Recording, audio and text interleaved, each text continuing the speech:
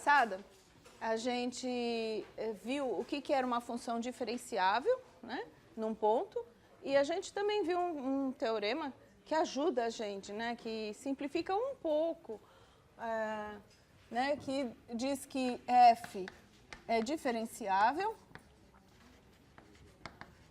em um ponto P, que é um x0, y0, se e somente se acontecerem duas coisas. Vocês se lembram quais são? Primeiro, eu tenho que garantir que existem as derivadas parciais de f. Del f del x, calculado em x0, y0, e existe del f del y, calculado em x0, y0. E também a gente precisa garantir que um certo limite é zero. Vocês lembram que limite é esse? Um limite enorme. Limite, quando hk tende a 0, 0, do quê? Né? Vamos lá. É o f calculado em x0 mais h, y0 mais k, menos f de x0, y0. Que mais? Menos esse daqui, esse número aqui, que é o del f del x, calculado em x0, y0, vezes h, e menos este número vezes k. Menos del f del y de x0, y0, vezes k. Tudo isso dividido por norma de hk. Tá? Esse limite aqui tem que acontecer o que com ele? Esse limite tem que dar zero. Tá bom? Então, ver se a função é diferenciável, tem que ver essas duas coisas. Tem que existir as duas derivadas parciais e esse limitão tem que dar zero. Tá bom? Eu só queria fazer algum comentário, porque assim, quando a gente olha as derivadas parciais, então vamos fazer aqui em 3 dimensões. Eu tenho aqui o x, o y, o eixo dos z's, e aqui, digamos, tem um ponto x0, y0. Quando eu faço a derivada parcial em relação a x, significa que eu fixei o y, fixo o y0 aqui, e varia só no x. Quando eu faço variar só o x, eu olho lá em cima no gráfico, aqui tem, eu estou olhando o que acontece aqui, e tem uma função, digamos, g de x, que é o f de x, y0. Tá? Deixo o y0 fixado, varia só o x, e olha essa função g, então a derivada parcial de f no ponto x0, y0 é a inclinação dessa reta aqui. Lembra disso? Isso a gente já fez direitinho. Então, essa derivada parcial aqui é a derivada daquela função g no ponto x0. Tá? Então, eu estou olhando nesta direção se a função se comporta bem, digamos, do ponto de vista de admitir derivada. Quando eu faço a derivada parcial em relação a y naquele ponto, então, o que a gente está pensando? Eu estou pensando no x0 fixado e vou variar só na direção do y. Né? Eu vou variar só a segunda coordenada e olhar o que acontece lá no gráfico de f. Tem aqui uma função h de y, que é o f de x0, y. Então, muda só o y e considera a f de x0, y. A derivada de h no ponto y0 é a inclinação, é a inclinação da reta tangente a essa curva aqui, né? Só essa inclinação, e isso, a derivada de h, então, é a derivada parcial de f calculada em y0, em x0, y0. Tá bem? Agora, qual é o problema? O problema é que, vamos olhar só aqui no plano, no domínio. Aqui eu tenho x0, y0. E quando eu calculei as derivadas parciais, primeiro eu olhei variando aqui, né? Varia o x, eu calculo del f e del x, nesse ponto. Variando o y, eu calculo del f e del y nesse ponto. O fato de existirem as duas derivadas parciais quer dizer que, andando nessas direções, a função tem um comportamento bom, digamos, né? Tem reta tangente ali definida. Agora, essas duas derivadas não são garantia de que está tudo bem com a função, olhando por outros caminhos, né? Olhando em outras direções. Então, de uma certa forma, esse limite aqui, aqui quando eu pego h e k, né, eu pego x0 mais h, y0 mais k. Então, eu estou pegando um ponto fora aqui, né? Aqui é um x0 mais h, y0 mais k, mas esse h e k pode ser positivo, negativo, eu poderia pegar em qualquer lugar aqui. E aí eu estou fazendo um limite para quando esse vetor hk vai tendendo a zero aqui, né? Mas esse hk poderia estar em qualquer lugar. Então, este limite, de uma certa forma, ele faz a gente olhar em todas as direções, né? E ver se o comportamento está bom em todas as direções. Tudo bem? Isso é só intuitivo, né? Eu não estou falando nada muito formal, nem muito rigoroso. É só uma coisa que esse limite enxerga mais do que só essas duas derivadas. Ele está dando mais informação. Tá bom? E a gente viu na aula passada que se a função é diferenciável, ou seja, se tudo isso acontece, então eu posso concluir que a função é contínua no ponto P. Tá? A gente já viu que f é diferenciável, se f é diferenciável em P, então f é contínua em P. E a gente viu que a recíproca é falsa. Tá? Deixa eu tirar esse C aqui, porque não precisa. Esta frase implica nesta, né? E a implicação contrária é falsa. Tá? O que eu vou fazer hoje é mostrar que existe uma outra condição que você coloca aqui para garantir que a f é diferenciável. Tá? Uma condição mais forte, né? Você vai exigir um pouquinho mais da função e garante que ela é diferenciável sem ter que fazer toda essa conta. Né? Porque essas contas aqui são muito trabalhosas. Então, se eu tiver um teorema que garanta quando é que a f é diferenciável, eu vou ter menos trabalho, um pouquinho. Tudo bem? Então, vamos ver que teorema é esse? Seja um subconjunto aberto do plano,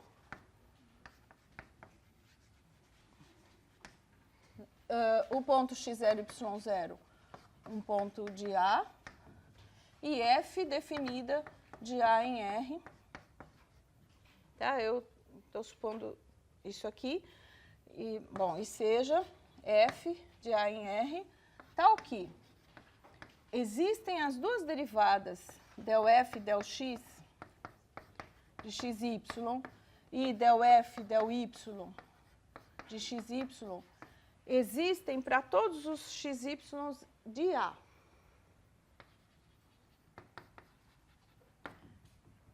Para todo. E eu vou supor também que essas derivadas que existem em todos os pontos de A, elas são contínuas no x0, y0.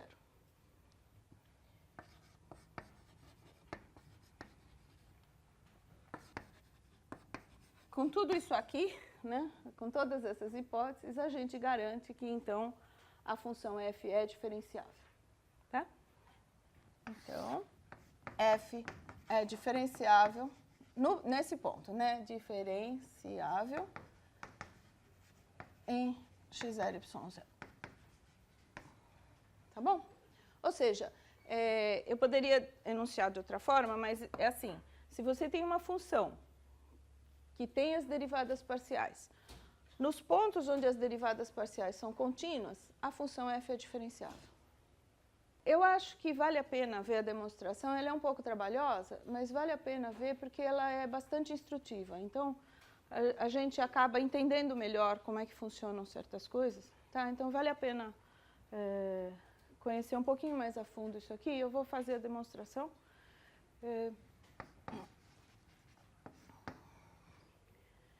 E aí, vamos lá, passo a passo. Eu quero provar que a função é diferenciável, certo? A minha conclusão é que a f é diferenciável. Então, o que tem que ser feito para provar que uma função é diferenciável? Tem aquele teorema que está escrito ali em cima, né? Eu tenho que falar que existem as duas derivadas parciais no ponto e aquele limite grande tem que dar zero. Tudo bem? Eu tenho que mostrar isso. Agora, eu preciso começar do nada ou já tem alguma coisa que dá para aproveitar? As derivadas parciais, por hipótese, elas existem em todos os pontos de A. Em particular, elas existem no x0, y0. Então, aquele primeiro item ali, eu já tenho. Tá? Então, sabemos, por hipótese, né? Existe del f e del x de x0, y0 e existe del f e del y de x0, y0. Tudo bem? Isso, a hipótese já está me garantindo. Então, só me resta calcular aquele limite grande ali. E eu vou escrever um pedaço primeiro e arrumar para poder usar as hipóteses, né? Então, eu vou começar a escrever assim. Deixa eu primeiro fazer uma figura. É assim, aqui eu tenho o ponto x0, y0.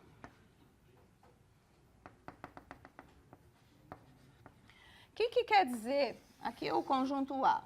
O que quer dizer mesmo que o A é aberto? Vocês se lembram? Um conjunto é aberto se para qualquer ponto dentro desse conjunto existe uma bola aberta de centro nesse ponto contida no conjunto, certo? Então, aqui, por hipótese, existe uma bola centrada em x0, y0 contida no ponto. Então, também por hipótese, como A é aberto, existe uma bola aberta, B, contida em A, de centro x0, y0. Bom, e agora por que eu fiz isso? Porque agora eu vou pegar um par HK de forma que o x0 mais H, y0 mais K continue aqui dentro. Tá? Então, seja HK tal que x0 mais H, y0 mais K pertence a B. Tá? E aí eu vou calcular o que dá f de x0 mais H, y0 mais K, menos f de x0, y0. Tá?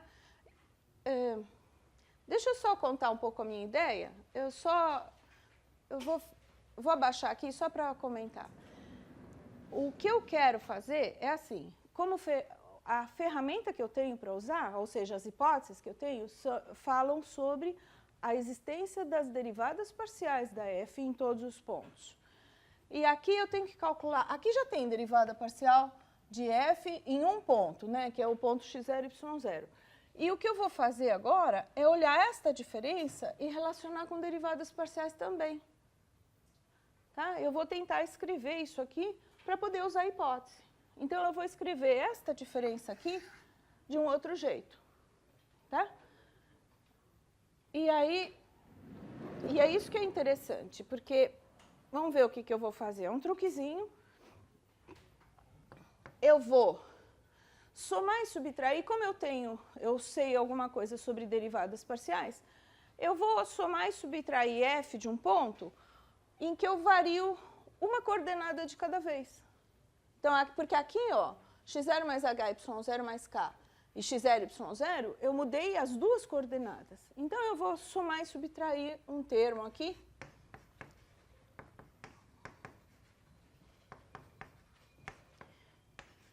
Ó, vou subtrair x0 e y0 mais k. Tá? Então, daqui para cá, eu mudei só a primeira coordenada. E agora eu vou somar a mesma coisa para compensar. E subtrair o f de x0 e y0, tudo bem? Então, eu somei e subtraí este termo, mas qual foi a vantagem? Quando eu faço isso, eu deixo fixada esta coordenada aqui, está fixada, e eu vario só a primeira.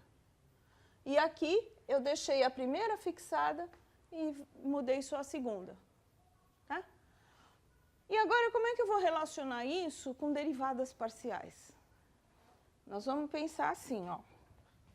Então, isso daqui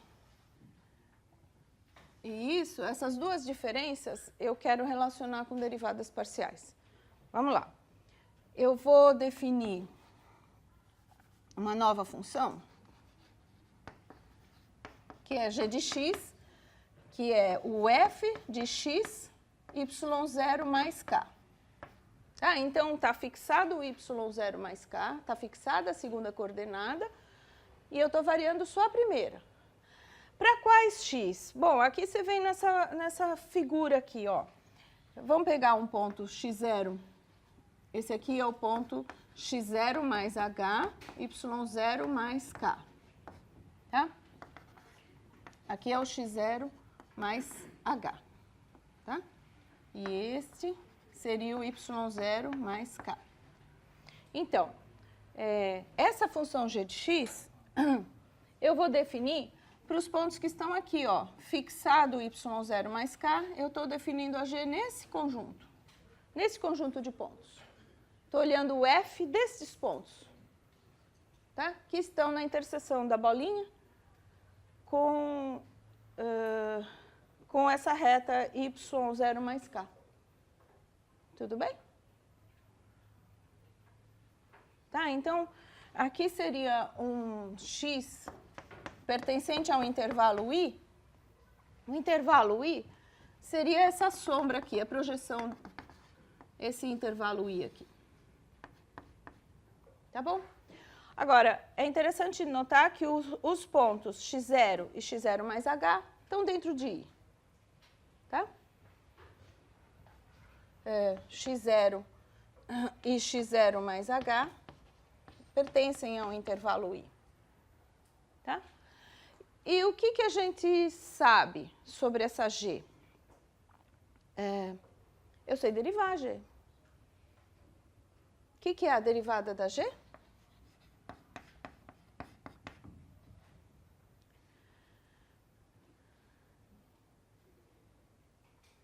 Qual a relação entre a derivada da g e alguma coisa da f?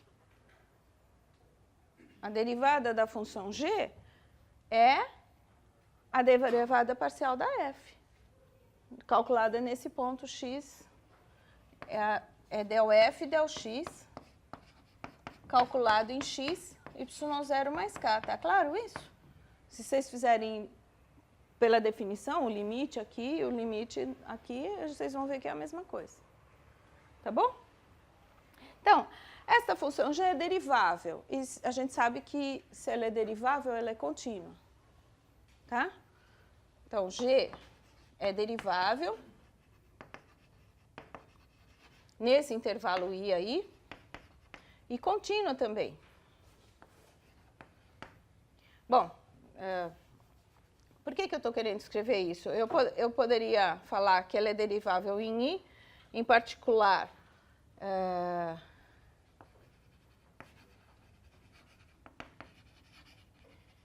é derivável no intervalo aberto, que vai de x0 até x0 mais h. Aqui para eu escrever assim, eu estou supondo h positivo, mas poderia pensar em h negativo também, tá? Só para escrever de um jeito mais fácil. Então, intervalo aberto de extremidades x0 e x0 mais h, e ela é contínua no fechado, porque ela é contínua no i inteiro, então ela é contínua no fechado. E g é contínua no intervalo fechado x0, x0 mais h. Bom, isso aqui eu estou preparando o terreno para usar o quê? Essas duas frases aqui são as hipóteses do teorema do valor médio, que vocês devem ter visto lá no cálculo 1, né? O teorema do valor médio diz que se a função é contínua no intervalo fechado de extremidades AB, derivável no aberto, então o que acontece? Eu vou copiar de novo. Isso aqui era f de x0, desculpa, de x, y0 mais k, né? E nós vimos, então, que pelo TVM, eu escrevi que era o TVM, né? Vou escrever de novo. Então, pelo teorema do valor médio,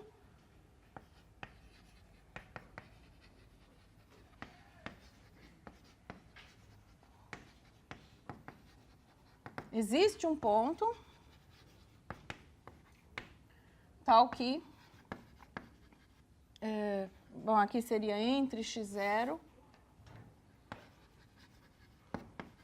e x0 mais h, tal que a derivada calculada em x barra é g de x0 mais h menos g de x0 sobre h. Só fazer uma figurinha aqui, só para recordar, né? Eu tenho aqui um x0, x0 mais h. Este quociente aqui é a inclinação da reta que liga esse ponto inicial e o ponto final aqui. Esta inclinação. E o que o teorema diz é que tem um ponto x barra, tal que a inclinação da reta tangente em x barra coincide com a inclinação daquela reta. Então, tem algum ponto aqui, digamos esse aqui. Tá certo? Então, a nossa g, ela continua, mas eu peguei só no intervalo que interessa. Então, existe um x barra, tal que a inclinação da reta tangente em x barra coincide com a inclinação da reta que passa pelos pontos ali. Esse aqui. Tudo bem? Esse é o TVM. Agora, vamos traduzir para f. O que era isso aqui? Isso aqui é a derivada parcial de f em relação a x, calculada em x barra, y0 mais k. E do outro lado, isso aqui é f de x0 mais h, y0 mais k, menos f de x0, y0 mais k, tudo isso sobre h. Com isso, ficou longe de novo, né? Com isso eu mostro que esta diferença aqui é del f del x vezes x barra y0 mais k. Tá bom.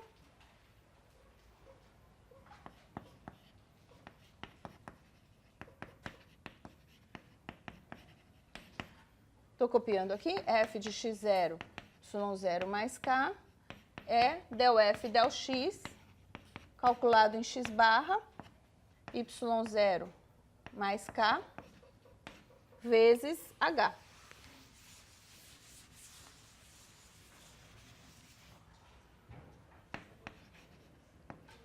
Tá bom? Então, vamos voltar lá para o limite grande que a gente precisava fazer.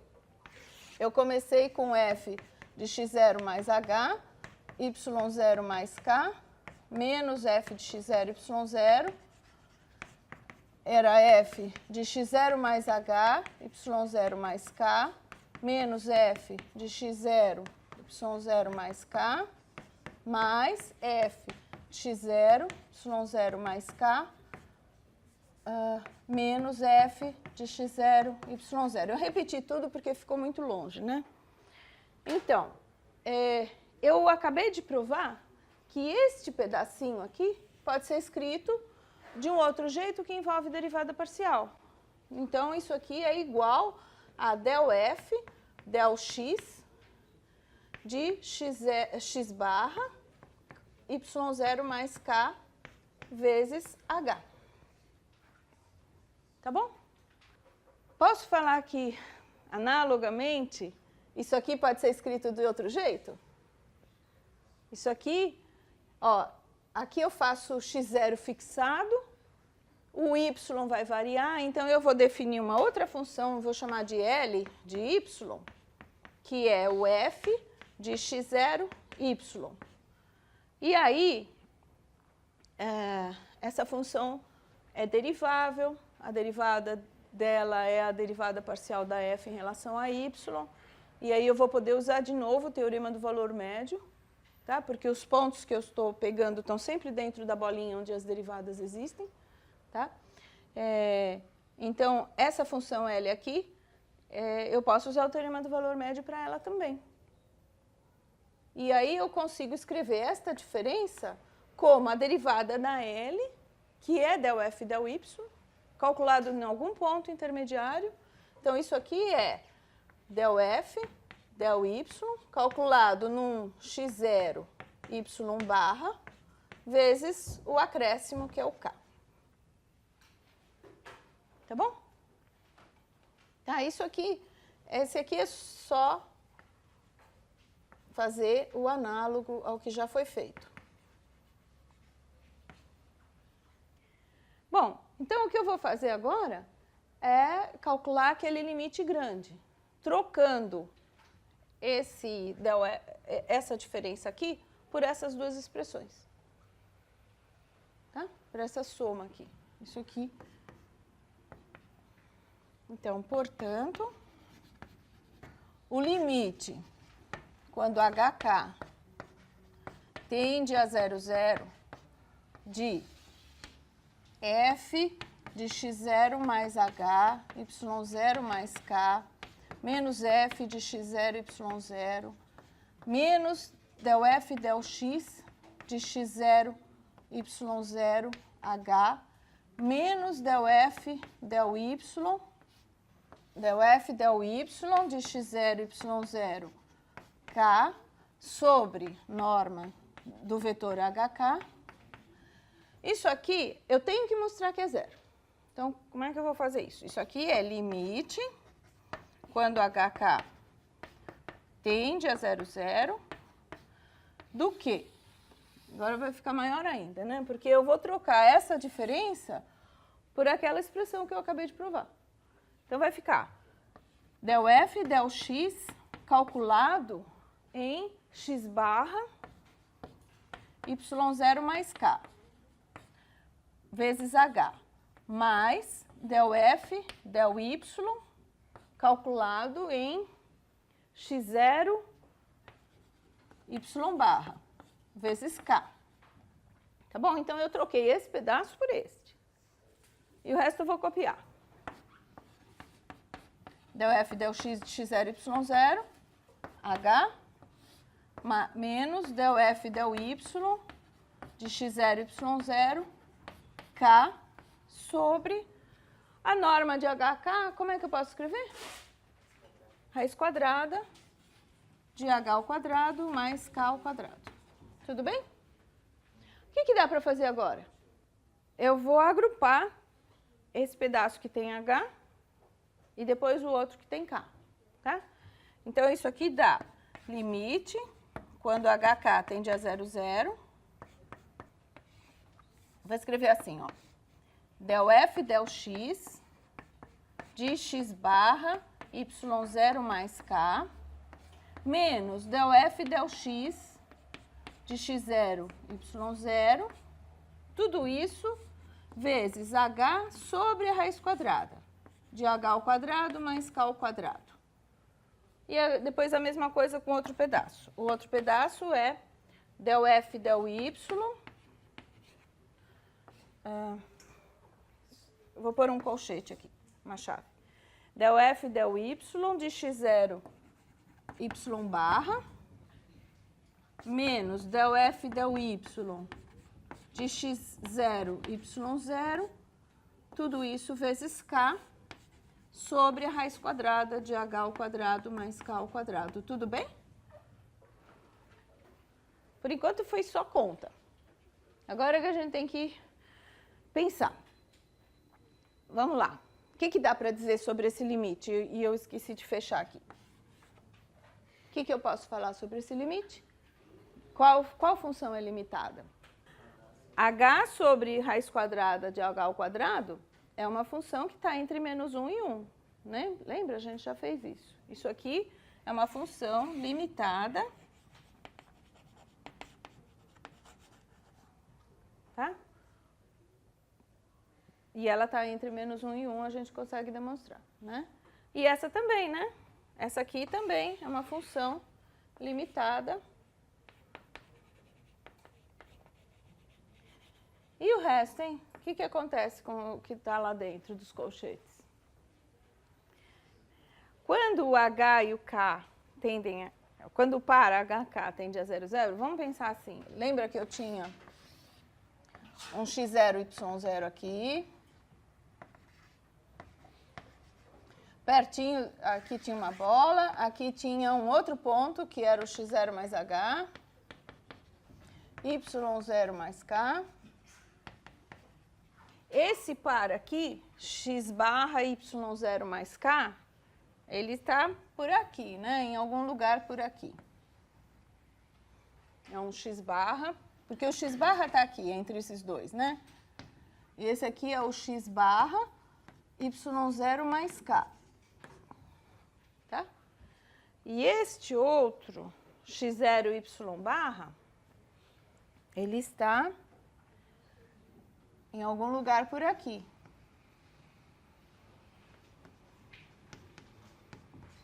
Tá bom? Em algum lugar ali. Quando eu fizer o par HK tender a 0, 0, este ponto, vocês concordam que, bom, o K vai para Y0 e o X barra, bom, o X barra ele está entre X0 e X0 mais H. Se eu faço o H tender a 0, o X barra vai junto, né? Espreme todo mundo. Então, esse ponto aqui está tendendo a X0, Y0.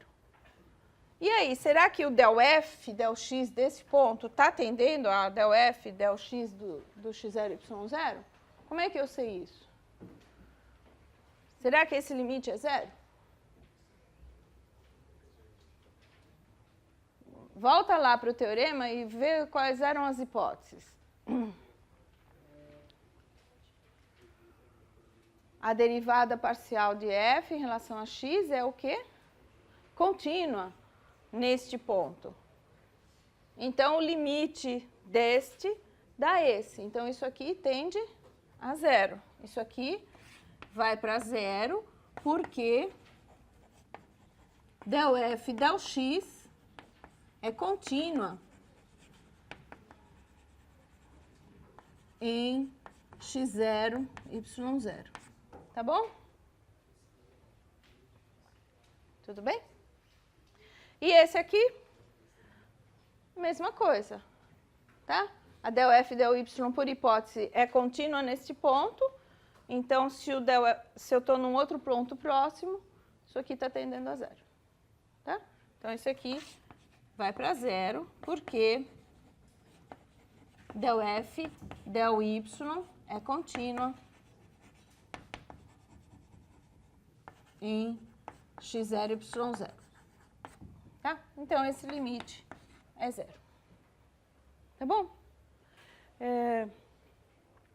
Essa demonstração ela é trabalhosa, né? Eu sei que ela é trabalhosa, mas eu acho que ela ilustra uma série de ideias, né? E a gente usa o teorema do valor médio, que é um teorema importante, né? Então, eu acho que vale a pena conhecer um pouquinho mais a fundo.